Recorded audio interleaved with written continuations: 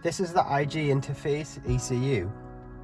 It controls all of the electric accelerators, so whether you decide to go with an overring, an underring, a ghost, a front trigger accelerator, or any other form of Guidosimplex electric accelerator, it comes with this ECU, and we program them all in a very similar way.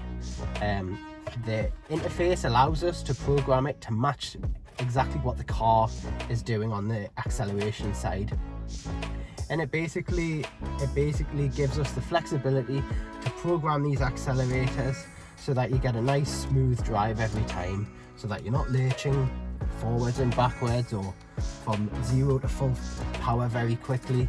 We can program it so that you get a nice smooth take-up of acceleration, and it's a really nice feature that allows that drive of your car to be as good as it would be if it wasn't adapted.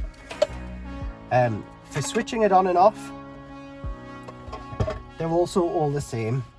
So you have switches on this particular car. It's on the left hand side of the column, and what you would do is, for me to switch the system on, I'm going to press the brake pedal, because most cars now anyway need that brake pedal pressed in order to switch the car on. But as a lot of you know, especially if you've driven with push-pull hand controls before, or you've seen push-pull hand controls, without that brake lock action, you quite often have to use your left hand across the steering wheel, hold the brake on, and then turn the key.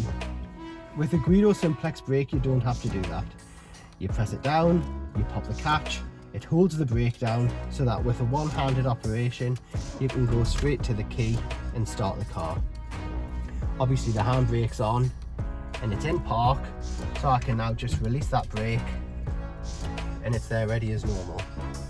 To switch the system on now, I use the button on the left-hand side with the red LED. As long as that red LED is illuminated, the system's switched on. We do then still have to activate it. You'll see the ring, although the system is turned on, the ring isn't activated yet, and it won't be until the brake's been pressed. So we press that brake, and then that gives us operation of the accelerator ring.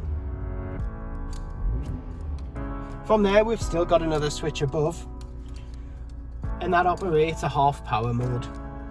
That half power mode is perfect if you're in traffic, or you're needing to park and you don't want that accelerator ring to be quite as responsive, or especially if you've got a powerful car and you may be new to driving with an electric form of control.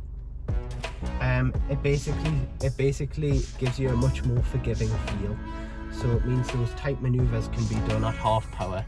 So it basically makes it a lot easier, especially when you're learning. Once you've been driving for a month or two, you might never go to it, but it's a useful tool to have, especially when you're starting those maneuvers and driving in urban areas.